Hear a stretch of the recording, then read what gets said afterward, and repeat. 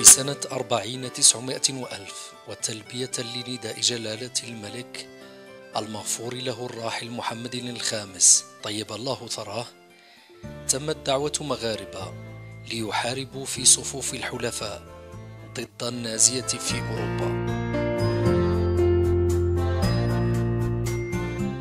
استقبلتهم فرنسا بحرارة ووفرت لهم كل شروط الإقامة.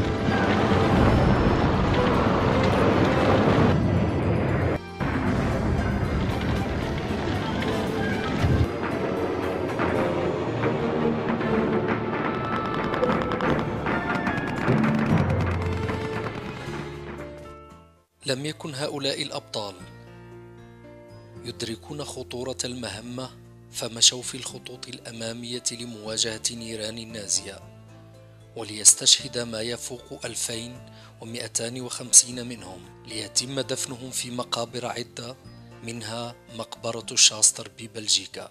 مناسبة ديال الاحتفاء بالذكرى الثالثة والسبعين ديال معركة جونبلو، كانت فيها عدة أنشطة في كل من مدينتي أنفيرس ولييج، حيث أنه في أنفيرس جرات مراسم ديال الترحم على مغربيين اللي هما قضايا في الحرب العالمية الثانية، وكانوا من بين المجندين اللي هما لبوا داعية الواجب الوطني للدفاع عن القيم ديال الحرية والعدالة وحق الشعوب في الوجود.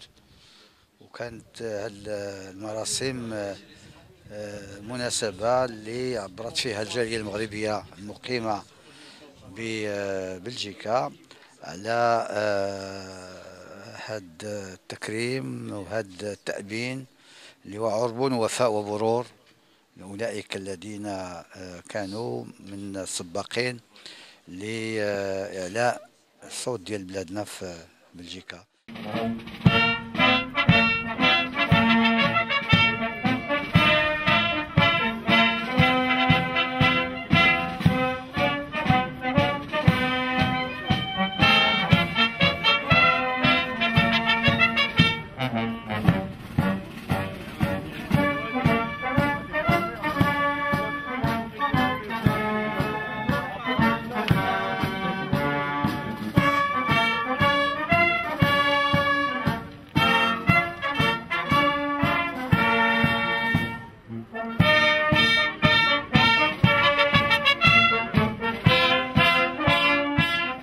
شهدت كل من مدينة جونبلو وشاستر تنظيم الذكرى 73 لمعركة جونبلو، والتي يتم فيها استذكار شهداء هذه الحرب ضد النازية. ذكرى هذه السنة يحضرها المندوب السامي لقدماء المقاومين وأعضاء جيش التحرير السيد مصطفى الكتيري، وسفير المملكة ببلجيكا واللوكسمبورغ السيد سمير الدهر، وسفراء فرنسا والجزائر، ووزير الدولة ورئيس مجلس المستشارين السيد أندري فلاو، وأعضاء من المجتمع المدني البلجيكي. اللقاء نظمته جمعية ذكرى قدماء المحاربين المغاربة ببلجيكا وجمعية حوار. Nous sommes là pour la commémoration, comme vous le savez, du 73e anniversaire de la bataille de Gembloux. Et c'est évidemment toujours une occasion pour bien sûr rendre hommage à ceux qui ont donné leur vie pour la liberté, pour les valeurs que nous partageons avec les Français, avec les Belges. Rendre hommage à nos soldats marocains qui ont combattu le nazisme, le fascisme. Et bien sûr, c'est toujours une occasion pour travailler sur le devoir de mémoire. Cette mémoire qui est un capital extraordinaire et que nous essayons justement à travers ce type d'initiative, de transmettre aux jeunes, pour leur dire, comme ça a été dit bien sûr dans les différents discours, de ne jamais oublier et d'essayer de construire sur le meilleur, sur les valeurs de l'amitié, de la solidarité et de la paix. Et il faudrait justement que cette jeunesse soit totalement imprégnée de ces valeurs que nous fêtons aujourd'hui à l'occasion de cette commémoration et bien sûr encore une fois rendre hommage à nos soldats morts pour la paix et dire aussi toute la légitimité que la communauté marocaine tire de ce sacrifice suprême consenti par leurs arrière-grands-parents et par leurs grands-parents. Et voilà, tous les ans nous essayons de rappeler et encore une fois rappeler ce sacrifice consenti et qui légitime la présence des Marocains en Europe aujourd'hui. Monsieur l'ambassadeur du Royaume du Maroc,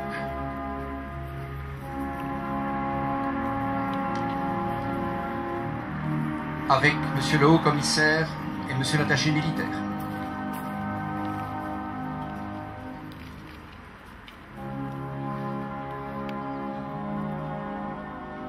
Mais d'année en année, on constate une participation de plus en plus importante à cette cérémonie de Jean Blouchastre.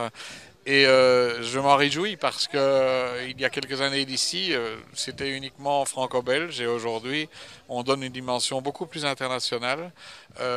Et je crois que c'est ce qui doit se poursuivre parce que la paix, elle n'a pas de couleur, la paix, elle n'a pas de conviction politique et philosophique. La paix, elle est universelle et c'est cette valeur-là que nous devons défendre. Et ici, c'est une occasion d'une rencontre très riche en enseignement et en amitié, en fraternité. Et c'est ça qui est voulu dans cette cérémonie de Jean Blouchastre. ضرورة صيانة الذاكرة التاريخية الوطنية والاستثمار فيها فيما يخدم قضايانا ومصالح بلادنا وخاصة القضية ديال الوحدة الترابية حيث أنه كانت الاستجابة ديال أفراد الجالية المغربية المقيمين بالديار البلجيكية من أجل مواصلة هذا المجهود وهذا المعركة التي تخوضها بلادنا بقيادة جلالة الملك من أجل الدفاع على حقوقنا المشروعة.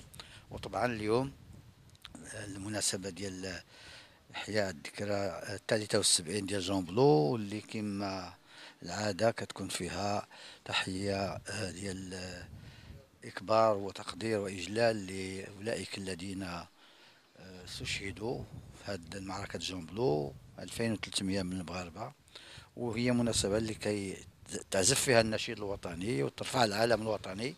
وحضور المغرب إلى جانب كل من الممثلين ديال فرنسا وبلجيكا هو تعبير على هذا التقدير اللي كتحظى به بلادنا اللي كانت عندها واحد الذاكرة تاريخية مشتركة مع البلدان الأوروبية في خلال الحرب العالمية الثانية.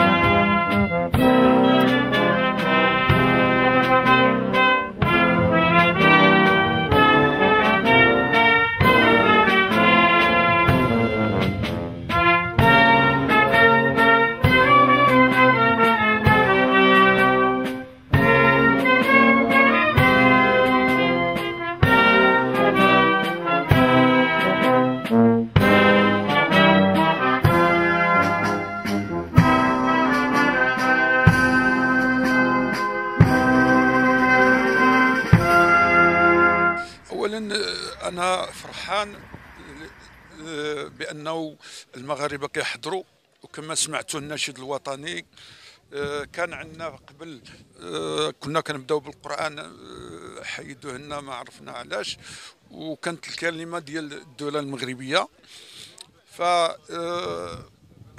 بدينا في عام 1991 كانوا كيخليوناش ندخلوا كيجريو علينا ومن ديك الساعه وحنا كناضلوا وحتى انضموا لينا بعد لي زونسيان كومباتا بلج وفلاو باش فرنسا اعترفت بالمغاربه كمغاربه والحمد لله اليوم راك تشوف كلنا كنحضروا باسم المغرب، وهذا شرف لنا حنا على هذه الكومبا اللي خدينا باش حصلنا على هذا الاعتراف. ولكن مازال عندنا الخدمه، انه هاد الناس اللي مدفونين هنايا مع الاسف ولادهم ما كيعرفوهمش فين كاينين، وما كنعرفوهمش شكون هما، انه السميات ديالهم راك تشوف السميه احمد بن حمد، احمد بن علي كذا، ما نقدروش نعرفهم شكون هما. ولكن اللي كنطلبوا من الاصدقاء الفرنساويين انهم هاد الناس منين ماتوا كان عندهم واحد النمره في عنقهم، واحد الباك، النمره ديال البطايون ومنين هو ومنين جا. Mais toute victime d'un conflit doit être saluée. Et ici, moi-même, j'ai voulu effectivement qu'on associe ces familles. Et aujourd'hui, je constate que les enfants et les petits-enfants sont présents. Et alors que d'autres cérémonies, la moyenne d'âge augmente et la participation diminue, ici on constate que la moyenne d'âge diminue et la participation augmente. Ça veut dire que le flambeau a bien été transmis. Et 54 chars R-35, Renault 35 divisionnaires. La manœuvre éreintée et ralentie par les bombardements incessants des Stuka ne peut atteindre tous ses objectifs imposés, mais cette fois les Allemands n'avancent plus. À 18h30, la contre-attaque est stoppée. Partout, les tirailleurs marocains résistent de leur mieux. Ils ont cédé du terrain ici et là, mais ils se montrent comme toujours courageux et dévoués à leur chef dont ils suivent l'exemple. Des 54 chars divisionnaires, seuls 6 reviendront à leur base. Alors, à ce moment, en fin de journée, venant du QG Gabon. الخطاب ديال المسؤول بانه المغاربه داروا 130 كيلومتر على رجليهم. ملي وصلوا لهنايا وصلوا الصباب تلاصقين لهم على رجليهم. اللي حيد الصباب كتنوض له القشره ديال رجليه، وخداو المعركه ديريكت. لا باطاي ديال كل مار مباشي كاين 4 ديال لي سيمتيار، كل سيمتيار فيها تقريبا 4-5 د القطارات كلها مغاربه. ف شارلفيل ميزير، نونسي، واحد الشيء اللي عداوه المغاربه ما عنده ثمن. وهذا اللي خصنا، واللي كنطلب حنا داك عارف، شوف كبرنا شويه دابا، خص الشباب اللي ياخذوا المشعل باش يزيدوا، باش نبينوا لهم بانه حنا ما جيناش غير نخدموا او لا جينا نخدموا في الشاربون ولا نخدموا في المترويات. بالعكس، حنا اللي حررنا هذه البلاد، وثانيين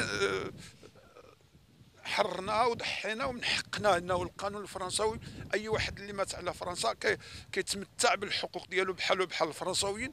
ولكن مع الاسف هادشي ما تحققش. المغاربه واخا ماتوا الوالدين ديالهم فرنسا مازال ما كتعطيهمش حقهم.